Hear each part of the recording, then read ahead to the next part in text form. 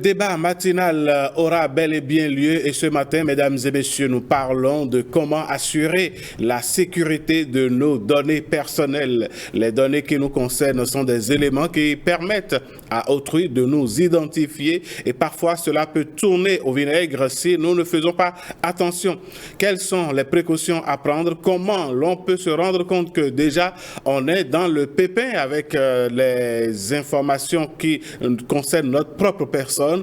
Comment utiliser les réseaux sociaux ou tout ce qui est technologie aujourd'hui pour se prémunir tout en étant présent, en ayant une identité numérique? Pour en parler, j'ai sur ce plateau 4 invités. Le premier, c'est bel et bien le monsieur que vous connaissez, le monsieur de tous les jours. Maurice Tantan, bonjour. Bonjour Alain Sochman, bonjour à tous et bonjour à toutes. Vous êtes un collègue de la télévision nationale, vous êtes web journaliste. À côté de vous, nous avons monsieur Augustin Akwelete, vous êtes étudiant. Bonjour à vous. Merci d'avoir répondu à notre appel. C'est gratuit. Alors, en face, nous avons le professeur Martial Zanou. Vous êtes pédaliste, enseignant, chercheur à l'Université d'Abomey-Calavi. Merci d'avoir accepté de faire le débat avec nos professeurs. Merci, monsieur le journaliste. Juste à votre droite, nous avons le conseiller à l'autorité de protection des données à caractère personnel, monsieur Claude Mocho. Rebonjour et merci d'avoir accepté de rester faire le débat avec nous. Merci, monsieur le journaliste. Bonjour à vous. Alors, quand on parle de données personnelles, nous allons commencer par vous demander, monsieur Mocho, qu'est-ce que l'on entend par données personnelles? Données personnelles, je crois que pour en donner une définition, il faut se référer au livre préliminaire du Code du numérique, et qui dit qu'il s'agit de toute information, quel que soit le support, qui permet d'identifier directement ou indirectement une personne physique. Donc, votre nom, c'est une donnée personnelle, votre prénom, votre mail, et votre localisation géographique, tout ça, c'est un exemple de données personnelles. Donc, c'est assez large comme définition. Ok, d'accord. Alors, monsieur Augustin Akwelete, vous qui êtes étudiant dans le monde universitaire, on utilise Internet pour faire des recherches. Les jeunes aujourd'hui sont ceux qui utilisent davantage et beaucoup plus, et tout le temps pratiquement, les technologies de l'information et de la communication. Comment est-ce que vous vous assurez que tout ce que vous managez, tout ce que vous faites sur les réseaux sociaux, sur les plateformes, vous êtes en sécurité en ce qui concerne vos données personnelles? Bon, en réalité, on essaie d'une manière ou d'une autre de se mettre en sécurité en lisant peut-être les politiques de confidentialité, mais c'est pas toujours. Il faut avouer que on ne s'assure pas forcément de notre sécurité. L'essentiel, c'est de savoir que c'est peut-être un réseau social qui est quand même bon.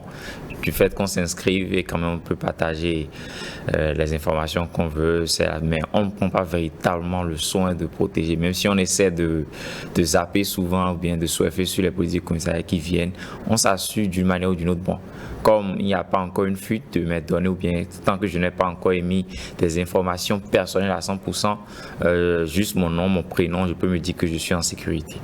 Ah, d'accord. Avant de revenir à Maurice Tantan, j'aimerais avoir l'avis du professeur Zanou sur la définition qu'on pourrait avoir de façon juridique sur les données personnelles.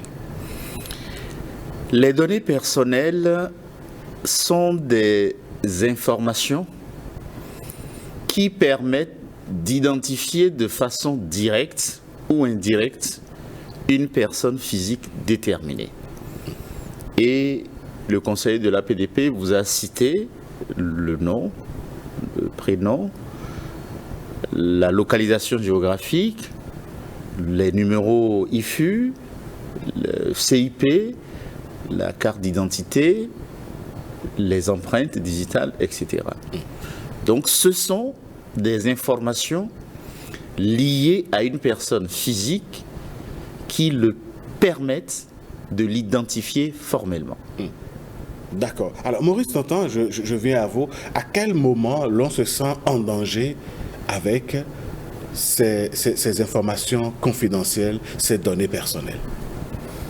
Bon, les données personnelles ne sont pas nécessairement des informations confidentielles, on va dire, parce que lorsqu'on est dans la vie à un autre, on peut les partager. Il y a des individus, des structures qui peuvent les collecter dans le cadre des dispositions prévues par le code du numérique. Donc il y a un certain nombre de possibilités. Parfois, quand vous allez dans une structure, on vous demande par exemple d'inscrire votre nom, votre prénom, votre numéro de téléphone, qui est une donnée à caractère personnel par exemple. Parfois, on peut les partager en sachant qu'on les partage. Je pense que le danger vient souvent du fait que des personnes ou des structures, des organisations, par le biais d'applications, donc de logiciels, peuvent avoir accès ou collecter ces données-là d'abord à votre insu, sans que vous ne sachiez, ou pour une utilisation qui dépasse celle que ces structures-là ont annoncée au préalable. Donc je pense que c'est à ce moment-là souvent que ça devient inquiétant. Parce que lorsque vous partagez vos données à caractère personnel, parce que la plupart des logiciels, des applications de téléphonie mobile qu'on utilise aujourd'hui sur nos smartphones fonctionnent essentiellement grâce à ces données personnelles-là. Les prédécesseurs ont parlé par exemple de la géolocalisation.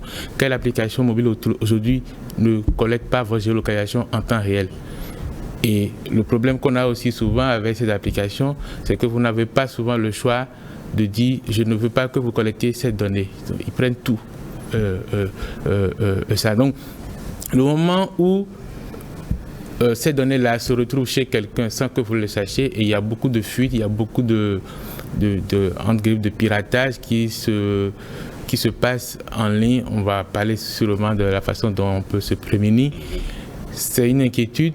Le moment où des personnes à qui vous avez confié vos données en connaissance de cause va les utiliser pour faire autre chose que ce qui est prévu, parce que par exemple on a des formulaires, des enquêtes pour lesquelles vous renseignez vos données à caractère personnel, mais vous ne savez pas nécessairement à quoi ça va servir.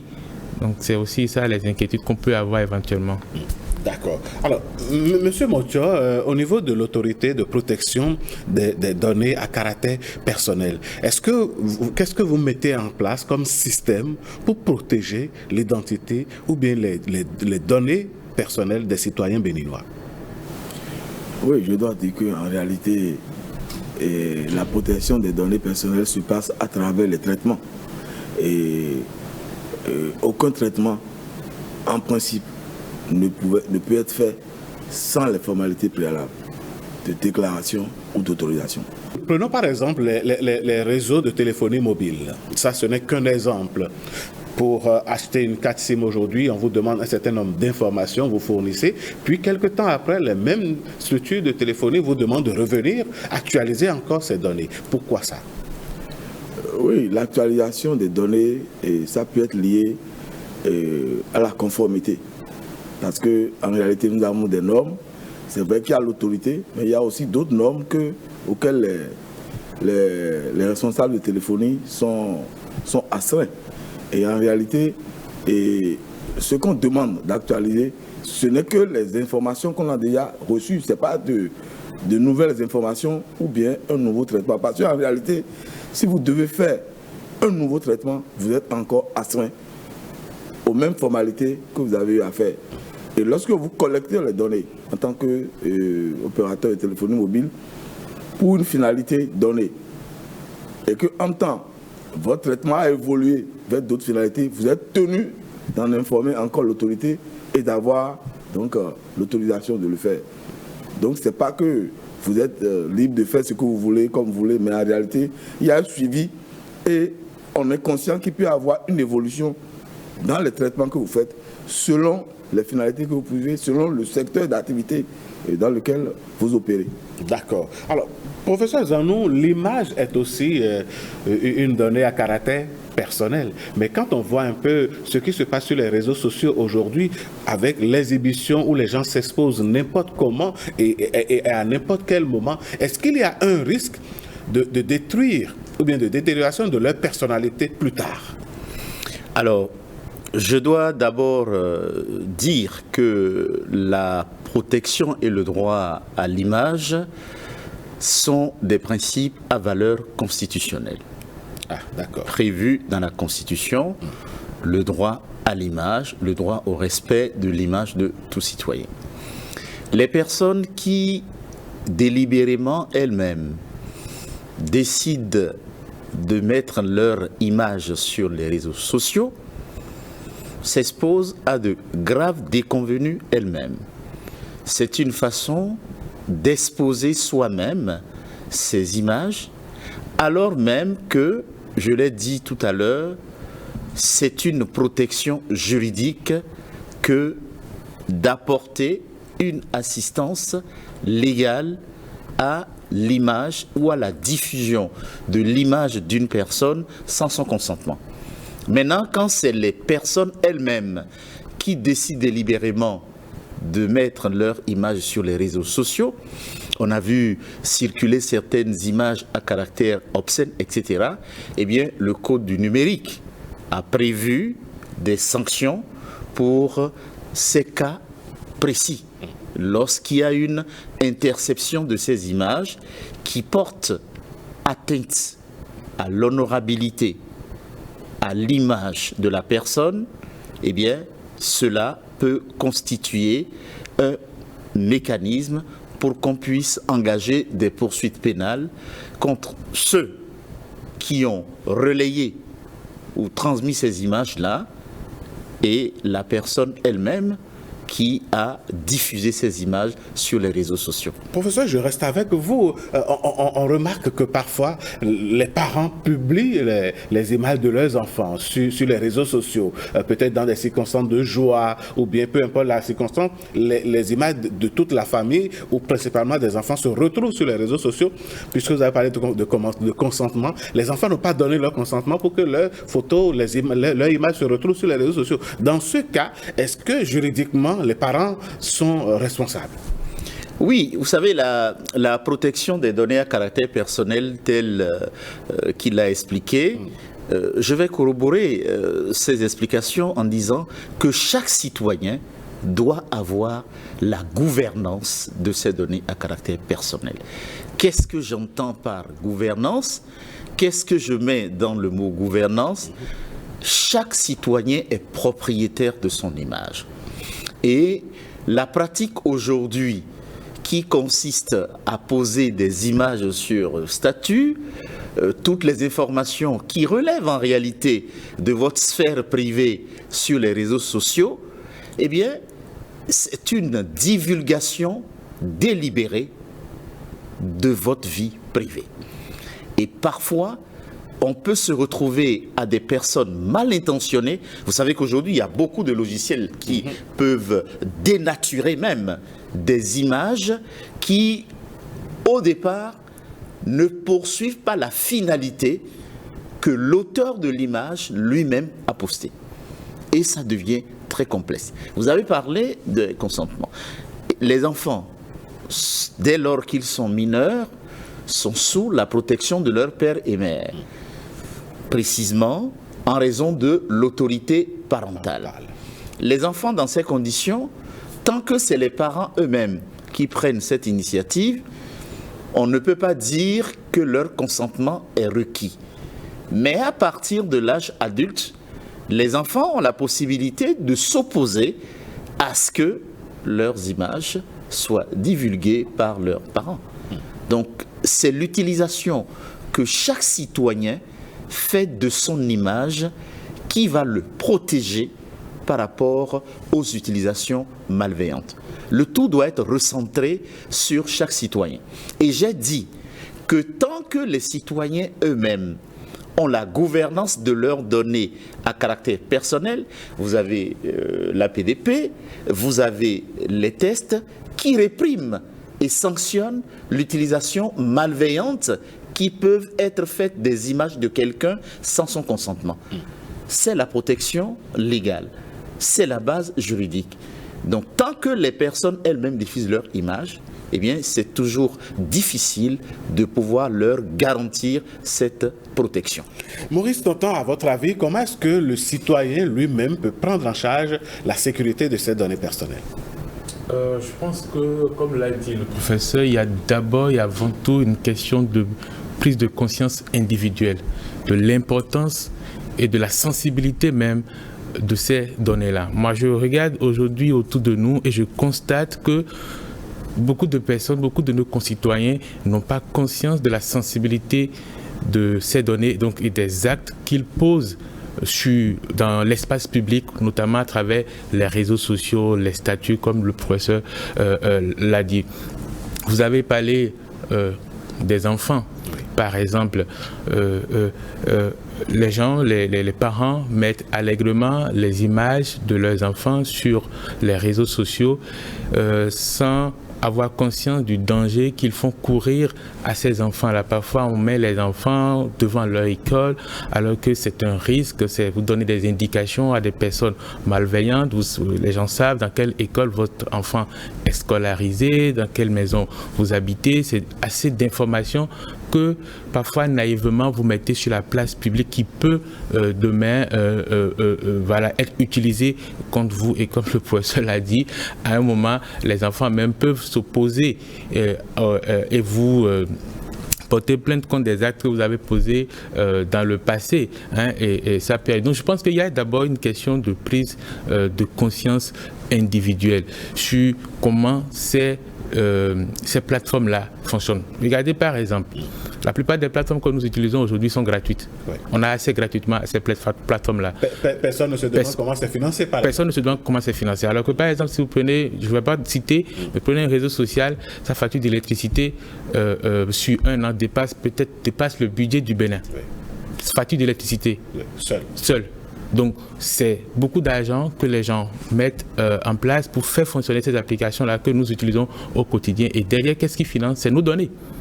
C'est nos données parce qu'ils ont accès à la façon dont nous fonctionnons, parce qu'on met toujours plus de photos chaque jour. Et donc, ça leur donne davantage d'informations sur nous pour nous donner des contenus qui soient adaptés à nos goûts, à ce que nous voulons, etc. C'est de bonne guerre, c'est pour que l'application fonctionne, pour que les gens soient en griffe heureux, si autant qu'ils sont heureux sur ces applications-là. Mais derrière, il faut qu'on sache qu'on n'est pas obligé de mettre son numéro de téléphone, par exemple. Parce que le jour où quelqu'un a accès à votre compte, il a accès à toutes ces données-là. Aussi, il y a les utilisations. Sur certains réseaux sociaux, par exemple, il y a ce qu'on appelle les applications TS qui collectent énormément de données et qui ne vont pas nécessairement à l'APDP pour déclarer, pour demander l'autorisation. Mais c'est les individus aussi qui donnent autorisation à ces applications-là pour collecter leurs données. Parfois, on fait des jeux qui sont simples, qui sont amusants, mais derrière, on n'imagine pas toutes les informations que ces applications-là collectent sur nous. Mais est-ce que quelque part, je ne vous arrête pas, Maurice, mais est-ce que ces applications n'utilisent pas des manœuvres dolosives pour avoir les utilisateurs? D'où la question, d'où la nécessité de la gouvernance, comme l'a dit le professeur, c'est-à-dire qu'il y a une conscience que nous devons avoir. Il y a une instruction que nous devons chercher pour savoir comment ça fonctionne, pourquoi c'est comme ça. Il faut s'interroger, il faut avoir quand même un recul critique par rapport aux choses pour savoir est-ce qu'on est en train de poser le bon acte à un moment ou à un autre. Personnellement, moi j'ai été super actif sur les réseaux sociaux, mais depuis quelques années, vous n'allez plus... Votre métier oblige. Pas seulement le métier, mais il y a aussi une conscience, il y a une prise de conscience. Oui. Parce que quand vous savez comment ça fonctionne, quand vous êtes au courant des fuites de données, que même les applications, ces grandes boîtes-là, ne sont pas à l'abri d'attaques, ils ne peuvent même pas nous garantir à 100% que nos données sont en sécurité chez eux. Donc vous voyez, il faut faire attention. Donc il y a une protection personnelle qu'il faut mettre en œuvre. Et puis derrière, il faut aussi savoir les mécanismes que l'État a mis en place pour notre propre protection, notamment à travers la PDP. Donc il y a un certain nombre de droits que l'utilisateur dispose. Par exemple, je pense que le spécialiste en parlera davantage que moi. Et donc, le fait de connaître ces mécanismes-là peut nous servir aussi à nous protéger. sachant que la sécurité à 100% n'existe pas. Le professeur je veux réagir, ajouter, oui. par rapport à la question d'utilisation malveillante que vous avez utilisée tout à l'heure, et notamment relativement au statut, j'étais dans le cadre d'une formation dans un pays en Afrique, on nous en a apporté l'exemple d'une personne qui est allée en vacances en Arabie Saoudite et qui a posté toutes les images de son séjour sur son statut. Avant qu'il ne revienne dans son propre pays, sa maison a été cambriolée. Donc, forcément... Tout simplement parce qu'il a donné des indications précises, des informations sur sa maison. Des informations sur sa maison. Et certaines personnes qui sont proches de lui, par exemple, je suppose, en association avec des malfaiteurs, s'en ont saisi pour aller lui créer ce préjudice. Donc c'est pour ça que je parlais tout à l'heure de la notion de la gouvernance des données à caractère personnel. Et il a dit, nous sommes responsables de tout ce que nous postons sur les statuts, sur les réseaux sociaux, par rapport à nos images. Dès lors que ces images sont postées, c'est celui qui poste l'image lui-même qui met en pâture sa vie privée. Et derrière, vous ne savez jamais la récupération malveillante et l'utilisation frauduleuse qui peuvent être faites de ces images qui sont postées à tort ou à raison. On doit avoir une sphère de vie privée, une intimité qui a priori ne va pas être exposée à tout venant. Parce que lorsque... il y a un exemple. Lorsque vous postez des images, par exemple, ou lorsque vous consultez les statuts, en l'intervalle de 10 ou 15 minutes, vous pouvez voir 948 vues. Donc, c'est dire que ces images-là que vous avez postées... 948 personnes ont regardé ces images-là. Donc, vous voyez la prolifération de ces images-là à travers la planète entière. D'accord. Avant de revenir à la PDP, je voudrais demander à M.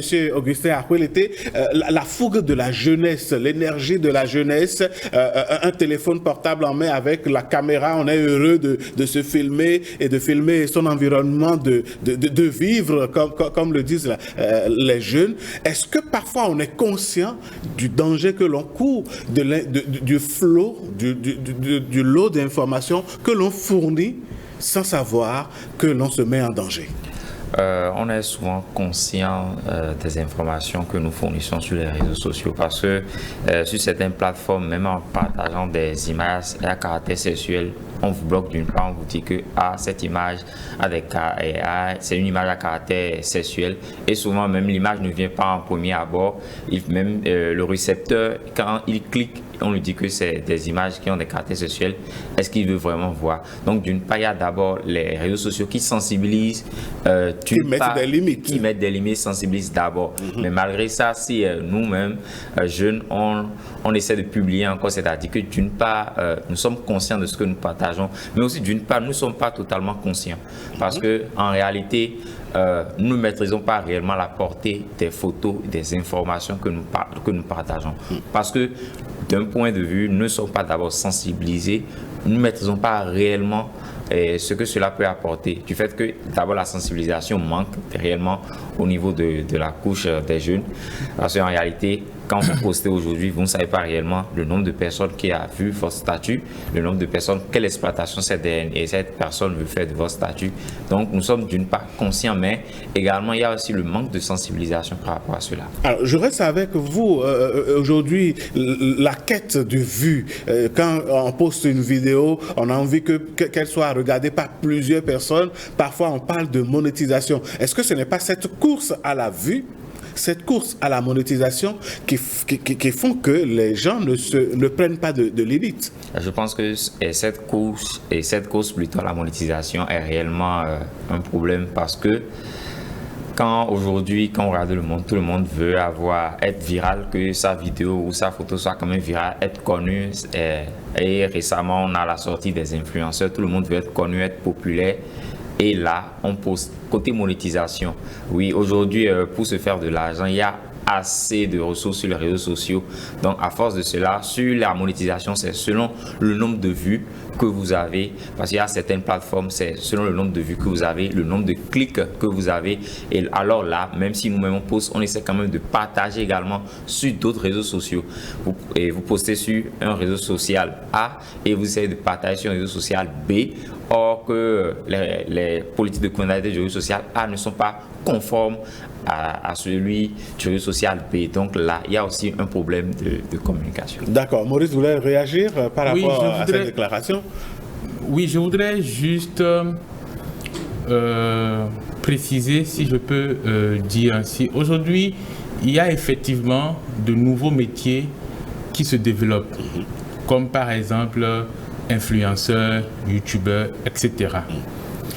Mais il faut aussi, qui sont de nouveaux acteurs économiques, de marketing, qui sont des gens qui peuvent recommander des produits, qui choisissent. Et il y en a de plus en plus. Oui, il y en a de plus en plus parce que aussi c'est le monde qui est comme ça. Il y a d'autres enjeux aussi derrière, le chômage, etc. qui fait que les gens se lancent un peu dans des choses qui sont à leur portée parce qu'on a vu, voilà, on a vu que quelqu'un ou je suis un malentendu a réussi, mais tout le monde ne va pas réussir comme ça non plus parce que ça a des exigences. Et je pense que la plupart des gens qui en font un métier sont très conscients des enjeux, des mécanismes.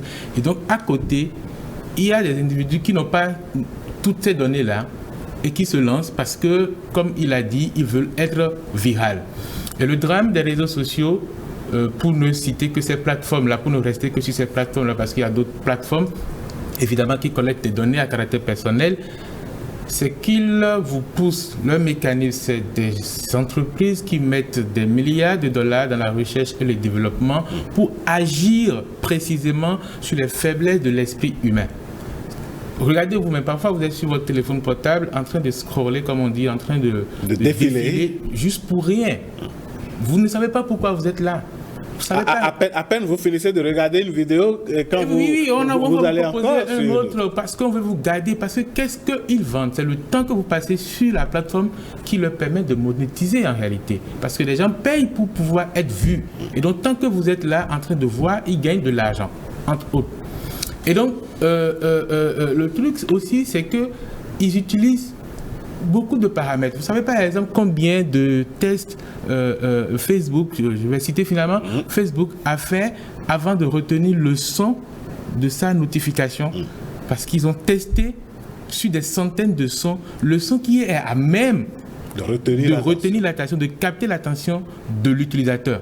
Et c'est des milliards de dépenses. Donc c'est pour vous dire que les plateformes savent ce qu'elles font, elles mettent beaucoup d'argent en jeu pour nous retenir. Et c'est pour cela que la nécessité d'une prise de conscience individuelle est indispensable pour pouvoir faire face. Parce que vous savez, dans certains pays, en Corée par exemple, il y a l'État a finalement décrété, je ne sais pas comment on appelle ça, une sorte de c'est comme une pathologie, l'addiction aux écrans, l'addiction aux réseaux sociaux est devenue une pathologie là-bas, dans ce pays-là aujourd'hui.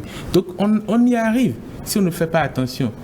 On y arrive si on ne fait pas attention. Donc aussi, c'est vrai que l'esprit humain est fait parfois parce que les entreprises utilisent beaucoup de moyens pour nous maintenir.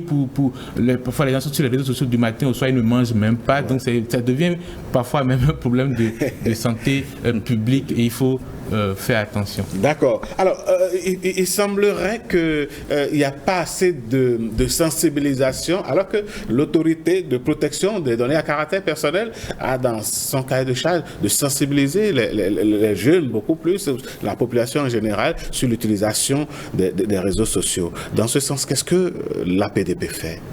Bon, je crois que l'autorité n'a pas véritablement, au sens légal du terme, l'obligation de sensibiliser.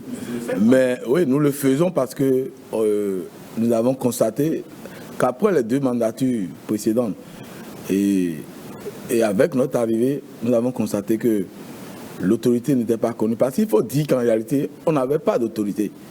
Nous avions une commission nationale de l'informatique et des libertés avec la loi de 2009. Et c'est avec le code, voilà, la CNIL. Et c'est avec la loi de 2018 portant code du numérique que l'autorité est née, et avec des missions, des pouvoirs et des missions de service public et autres qui nous ont été conférées. Et donc quand nous sommes arrivés en 2021, nous avons constaté que bon nombre de nos citoyens, bon nombre de structures, de responsables de traitement ne connaissaient même pas la PDP, ne savaient même pas ce qu'il fallait faire. Donc du coup on s'est dit, il faut quand même, parce qu'en réalité la protection des données à caractère personnel est transversale. Le secteur public comme le secteur privé est concerné. Et donc nous nous sommes dit, il faut quand même faire des tournées dans le pays, parce que malheureusement nous sommes une autorité qui n'est pas décentralisée, et donc tout est basé à Cotonou, et donc il faut faire des tournées à l'intérieur, sensibiliser les collectivités territoriales, les mairies. Nous avons fait le tour dans le pays. Ensuite, comme j'avais dit tout à l'heure, nous avons fait des formations, et je peux vous dire que monsieur le professeur Zanou est l'un des formateurs de l'APDP, avec qui l'APDP travaille. Vous faites bien de vous retrouver sur ce plateau matinal. C'est pour dire que il peut même vous dire un certain nombre de formations auxquelles il a participé. La dernière formation que nous avons eu à faire et à laquelle il a participé, si mes souvenirs sont bons, c'est par rapport aux acteurs des systèmes financiers décentralisés et qui avait eu lieu à Golden Tulip. D'accord, alors on ne va pas faire de la pub ce matin à l'Institut, mais M. Motion, j'ai envie de vous demander ceci. Est-ce que de façon naïve, à la limite, de façon inconsciente, l'on peut fournir des informations sur soi, autour de soi, sans le savoir et les mettre à la disposition de personnes qu'on ne maîtrise pas? Ça peut bien arriver, parce qu'en réalité, celui qui vient vous solliciter, ou bien collecter les données, il peut ne pas vous dire exactement pourquoi il vient.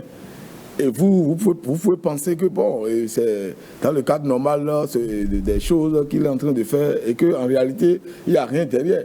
Et c'est pour ça que la prise de conscience est importante. C'est-à-dire qu'il faut une éducation numérique pour qu'on ait une bonne gouvernance. Parce que l'économie numérique, c'est assez d'argent. L'économie numérique, c'est une économie florissante et c'est une nouvelle économie. Mais en même temps, les dangers, c'est ce que votre confrère a tout à l'heure exposé. Donc, nous devons prendre le contrôle de nos données. C'est d'ailleurs le thème de cette année. Prenez le contrôle de vos données. Ça veut dire que vous devez prendre conscience que vos données, c'est pour vous. Vous devez savoir qui l'utilise, pourquoi, à qui vous le remettez et pourquoi. Puisque avant tout et après tout, c'est vous qui remettez. C'est vous qui remettez vos données. Vous êtes propriétaire de vos données. Et c'est pour ça qu'on parle de données personnelles. Et donc, lorsque vous communiquez vos données, lorsque vous donnez certaines informations vous concernant, vous devez savoir quel est le risque que vous encourez et quelles sont les garanties que vous avez en le faisant. Si vous ne prenez pas ce minimum de précautions, lorsque vous aurez les déconvenus, lorsqu'il y aura une utilisation malveillante, vous ne pouvez plus trop vous plaindre. D'accord, alors. Nous ne sommes pas toujours responsables de ce que, par exemple, si à l'université, quand on suit peut-être une formation, à la fin de la formation du colloque, il y a les professeurs qui prennent souvent des photos ensemble, mais d'un coup, vous retrouvez ces photos sur un statut WhatsApp ou un statut Facebook. Par exemple, ce professeur fait peut-être de la notoriété à son académie. Face à cela, nous ne sommes pas toujours responsables parce que vous allez, on vous dit, inscrivez votre nom, prénom, et d'un coup, on vous ajoute dans un groupe WhatsApp. D'un coup, peut-être après la fin d'une formation, d'une attestation, on vous photographie dans la salle, mais vous ne saurez pas forcément que ces images iront peut-être sur les réseaux sociaux et c'est peut-être le lendemain. Justement, c'est la prise de conscience.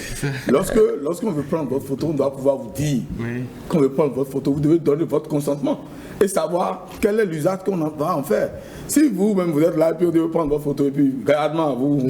Non mais monsieur Mocho, dit de cette façon, je ne suis pas d'accord avec vous. L'étudiant à qui on offre une formation peut-être gratuite ou bien une formation de 2 heures ou bien d'une journée, lui-même il en profite et puis après les organisateurs disent bon, une vue d'ensemble, photo souvenir, quitte après à en faire à l'insérer dans leur médiathèque. Et puis après, en fait un support de propagande ou bien pour montrer aux financiers que bon, ou bien aux bailleurs de fonds qui soutiennent ces organisations derrière, que bon, nous avons fait telle activité, donnez-nous encore de l'argent, on va faire d'autres. Est-ce que l'étudiant, lui, il est conscient que ça va porter de loi, mon moulin? C'est ça que la portée de loi, mon moulin. Il faut que les paradigmes changent.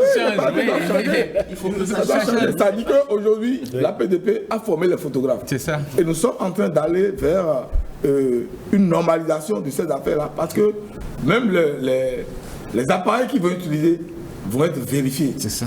Il va y avoir des codes qu'on va mettre pour suivre tout ce qui se passe sur le territoire. Parce qu'on ne peut pas continuer de laisser le pays comme ça. Imaginez, est-ce que vous savez que vous ne pouvez pas aller en Chine et revenir avec les images comme ça? Ça, c'est clair. Dès que vous arrivez à l'aéroport, vous perdez toutes les images. Ouais. Que vous avez pris ça à leur insu ou non. Mais pourquoi chez nous, ça ne peut pas être ça? Donc, en réalité... Oui, mais au même moment, on va vous parler de restriction de liberté. Non, c'est parce qu'eux, ils veulent protéger leurs données. Parce qu'ils ne savent pas, en sortant du pays, quel usage vous voulez en faire. Et donc, pour le faire, pour prendre ces données et en faire des usages, il faut discuter avec les gens. Les gens doivent savoir, les autorités doivent savoir qu'est-ce que vous voulez en faire. D'accord. Bon, je pense C'est que... fondamental. Je laisse le professeur finir. Oui, allez-y, Vous avez évoqué tout à l'heure une problématique très importante sur le fait que les intéressés, les citoyens eux-mêmes, livrent leurs données à caractère personnel.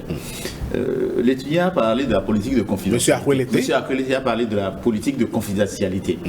Lorsque vous allez sur certains sites, par exemple, et que vous voulez rechercher des informations, on vous dit qu'il y a une politique de confidentialité. Vous acceptez, ou vous refusez, ou vous paramétrez les cookies. À partir de l'instant où vous cochez sans insouciance accepter, c'est-à-dire que toutes vos données à caractère personnel sont déjà sur la plateforme de cette structure-là. Donc c'est pour ça que la question de la gouvernance des données à caractère personnel et l'appropriation de nos données à caractère personnel commence d'abord par chaque citoyen et par chaque utilisateur. C'est important. Maurice voudrait réagir. Non, je pense que le thème de cette année est assez évocateur. Je pense que l'autorité même a indiqué à travers ce thème-là que la gestion, la protection des données à caractère personnel commence d'abord avec l'individu, avec l'utilisateur. Quand l'autorité dit prenez le contrôle de vos données à caractère personnel. L'exemple, quand vous parlez de photos, etc., comme l'a dit le professeur et M. Moncho, il faut que les paradigmes changent. Ce n'est pas parce que vous êtes dans une assemblée qu'on a des vues d'ensemble que vous allez systématiquement vous laisser photographier. Vous avez le droit de dire je ne veux pas être photographié. Même normalement, moi j'ai participé à des formations à l'étranger et autres, et avant même que vous ne commenciez, on vous demande si vous souhaitez être photographié ou pas, et on vous indique que les photographies qu'on va prendre vont être diffusées sur telle plateforme. On vous indique.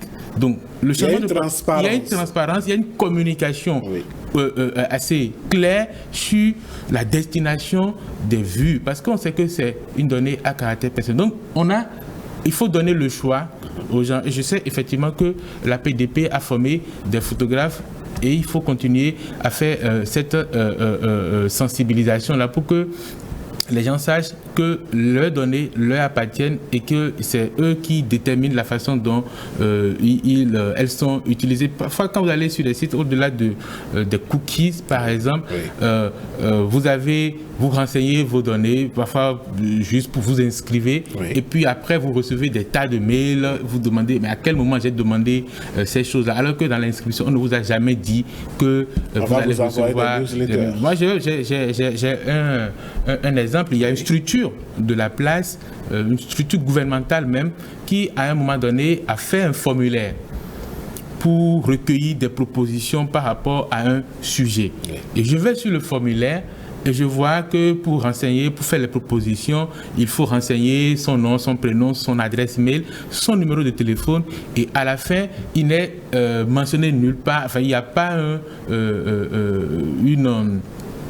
une case à cocher pour indiquer, qui renseigne clairement sur l'utilisation qui va être faite de ces données-là. Moi, j'ai écrit pour dire, moi, je veux bien contribuer, mais si je n'ai pas un certain nombre de garanties par rapport à l'usage qui va être fait de ces données-là, je ne renseigne pas.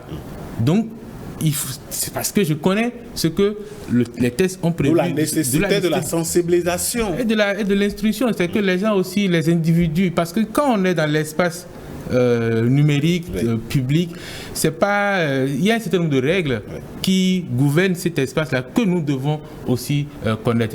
Il ne faut pas y aller, naviguer juste comme ça, pensant que c'est juste ouvert, ça se limite là. Non, il y a des mécanismes qui gouvernent et qu'il faut qu'on sache. D'accord. Alors, je profite pour informer Monsieur Koueleté. Monsieur Koueleté que cet après-midi à 16h. Ah non, vous n'allez pas faire, vous n'allez pas faire de la publicité. Non, vous n'allez pas faire de la publicité sur le plateau.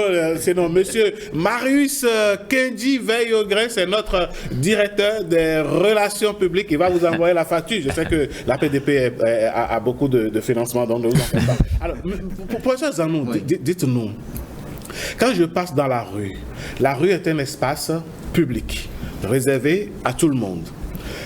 Dans cette rue, à côté, il y a une maison.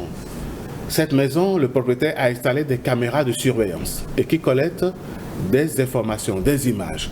Quand je passe dans cette rue, quand je reste au portail de cette maison, quand je rencontre par exemple Maurice dans cette rue et que nous échangeons, nous faisons les civilités, nous discutons 1 minute, pendant ce temps, nous sommes dans le champ de la caméra. Ces images se retrouvent après sur la place publique. Qui est responsable? La personne responsable, c'est le propriétaire de cette caméra. Parce que vous avez un décret qui fixe les conditions d'octroi et d'utilisation des caméras de surveillance. Lorsque c'est pour des personnes privées, c'est bien précisé dans le décret, la finalité de la caméra, ce sera pour assurer la sécurité et l'intégrité physique des personnes qui résident dans cette maison. Et attention, cela doit faire préalablement l'objet d'une déclaration auprès de l'APDP. Alors, dès lors que cette formalité n'a pas été accomplie, le décret donne aussi la possibilité aux structures publiques et privées, dans le cadre des infractions qui peuvent être commises dans les espaces publics, ces structures ont la possibilité aussi de mettre des caméras de surveillance avec la même conditionnalité assortie d'une autorisation préalable. Qu'il vous souvienne, le gouvernement au plus haut sommet de l'État, lorsqu'il a été question d'installer ces appareils pour la surveillance, cela a fait l'objet d'un relevé du Conseil des ministres. Oui. Et si vous lisez bien le relevé du Conseil des ministres, il est bien précisé après avoir requis l'autorisation de l'APDP. Donc, pour le cas d'espèce, la personne qui a, et attention, ces images-là, il y a une durée légale de conservation. Et dès que la durée légale excède ce qui est prévu par les tests, l'auteur de cette caméra s'expose à des sanctions. Avant de parler des sanctions, je suis à la maison, j'ai une domestique, ou bien j'ai des domestiques. Madame et moi, nous sommes toujours au boulot et pour que tout se passe bien à la maison, étant donné que parfois il y a de la maltraitance de la part de ces personnes-là, j'installe une caméra à leur insu dans la maison, au salon, dans la chambre, dans l'espace, pour pouvoir les surveiller de loin pendant que je suis au boulot, sans qu'elles soient informées. Est-ce que c'est normal? Ces pratiques-là ne sont pas des pratiques autorisées. Parce que les caméras de surveillance doivent faire l'objet d'une déclaration, d'une autorisation préalable auprès de l'APDP, je l'ai dit. Et lorsque vous filmez l'image d'une personne, qu'elle soit à votre domicile, à son insu, vous êtes en train de porter atteinte à son image et à sa vie privée. Donc il est important, les caméras, attention, le décret est très clair. Les caméras de surveillance placées dans les maisons n'ont pas pour finalité de constater des infractions ou de surveiller ou d'exercer une surveillance à outrance des employés de la maison. Mais la finalité, lorsque l'intégrité physique et la sécurité des personnes qui habitent cette maison, lorsque ces deux aspects sont menacés, eh bien, cela peut justifier qu'on puisse installer des caméras de surveillance. Maintenant, l'utilisation qui va en être faite, Oui.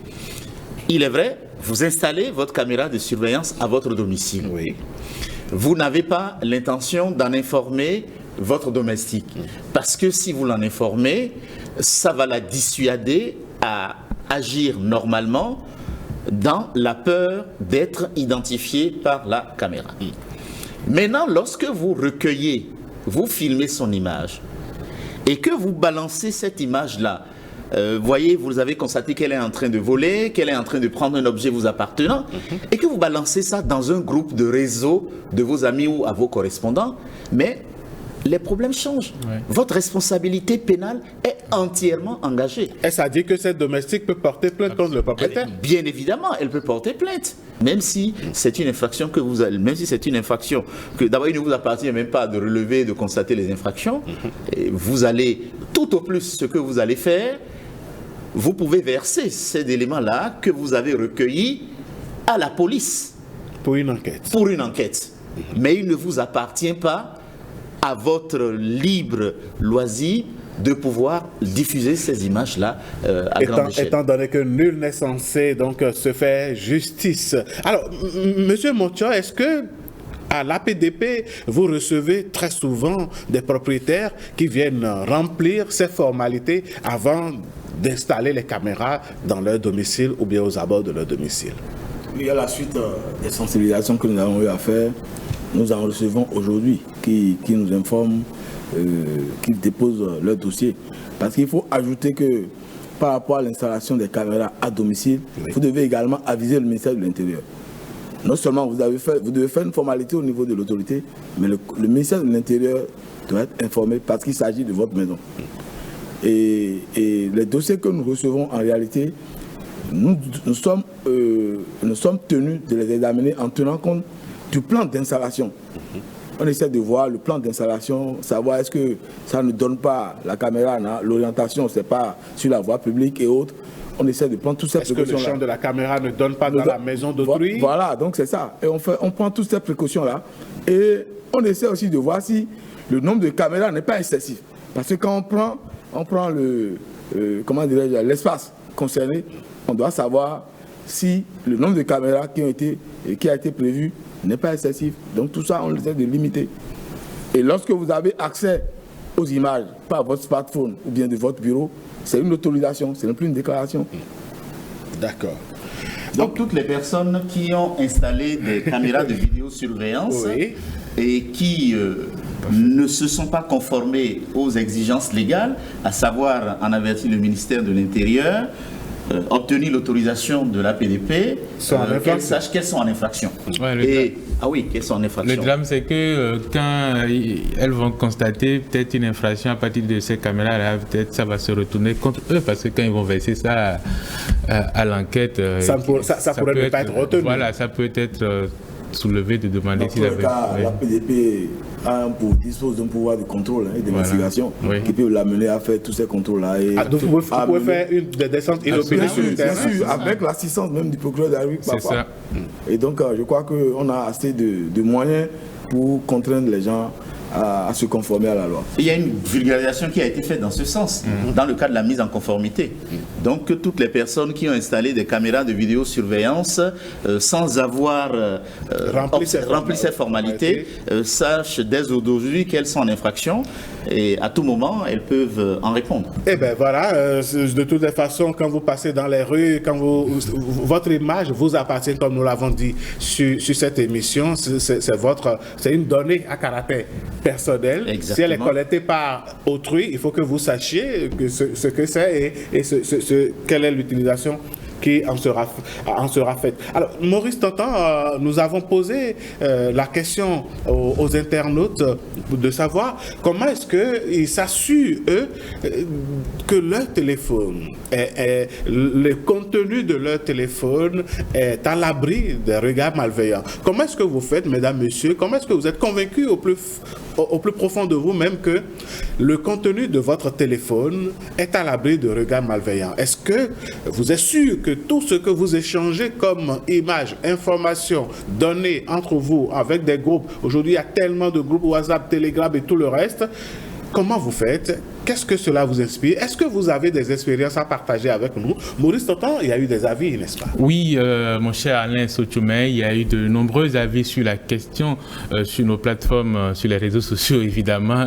Les internautes ont partagé les mécanismes, les astuces, les protections qu'ils utilisent sur leur téléphone portable spécifiquement pour s'assurer que le contenu de ces appareils-là sont à l'abri de regards malveillants. On va prendre les avis sur, je vais commencer avec Frédéric Couillon-Lali qui nous dit d'emblée qu'il n'y a pas de mesure qui donne une garantie à 100%, mais il faut d'entrée mettre les verrous, à savoir le mot de passe ou une empreinte digitale ou la reconnaissance visuelle pour déverrouiller donc le téléphone, mettre les doubles contrôles, donc la double authentification avec un numéro de vérification qui n'est pas dans le portable. Aussi, il faut associer un compte de récupération à vos comptes sur les réseaux sociaux. Il ajoute qu'il faut éviter au maximum les cookies et les mots de passe répétés avec les dates de naissance ou encore des mots complets. Évitez d'installer n'importe quelle application et surtout celle qui demande des autorisations au-delà du cadre de leur utilisation. Changez régulièrement les mots de passe, écrit encore cet internaute qui s'en arrête là. Autre commentaire sur la question, Moïse Assoclé nous dit que pour avoir cette assurance, la première des choses à faire, c'est de verrouiller le téléphone. Ça, c'est la règle de base selon lui. Mais avec l'évolution du numérique et la démocratisation des capteurs d'empreintes, il faut verrouiller d'abord les applications, puis les masquer. En plus, il faut renommer certains fichiers sujets. Moïse Assoclé. Autre commentaire, Isaac Alionou nous dit chers amis, pour se protéger des regards malveillants sur mon téléphone, je fais les choses suivantes.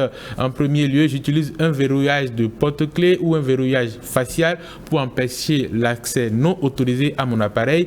Ensuite, j'installe un logiciel de sécurité tel qu'un antivirus ou un anti-spyware pour détecter et éliminer les menaces potentielles. Je n'ouvre pas de liens ou de messages suspects envoyés par des inconnus ou des contacts peu fiables. Je ne laisse pas mon téléphone sans surveillance dans des endroits publics ou à portée de main de personnes inconnues. J'utilise des réseaux sûrs et sécurisés, écrit-il, tels que les réseaux Wi-Fi à authentification obligatoire ou les réseaux privés virtuels pour éviter les attaques de type sniffing. Enfin, j'actualise régulièrement le système d'exploitation et les logiciels de sécurité pour profiter des mises à jour de sécurité et d'amélioration. Le dernier commentaire, cher Alain, c'est un internaute qui nous dit qu'il n'y a pas de mesure qui garantit à 100% qu'on est à l'abri de regards malveillants. Néanmoins, pour se protéger un temps soit peu de son alentour, il faut sécuriser son téléphone avec un mot de passe ou avec un code PIN. Pour élever le niveau de sécurité, on peut combiner avec les empreintes digitales et la reconnaissance faciale.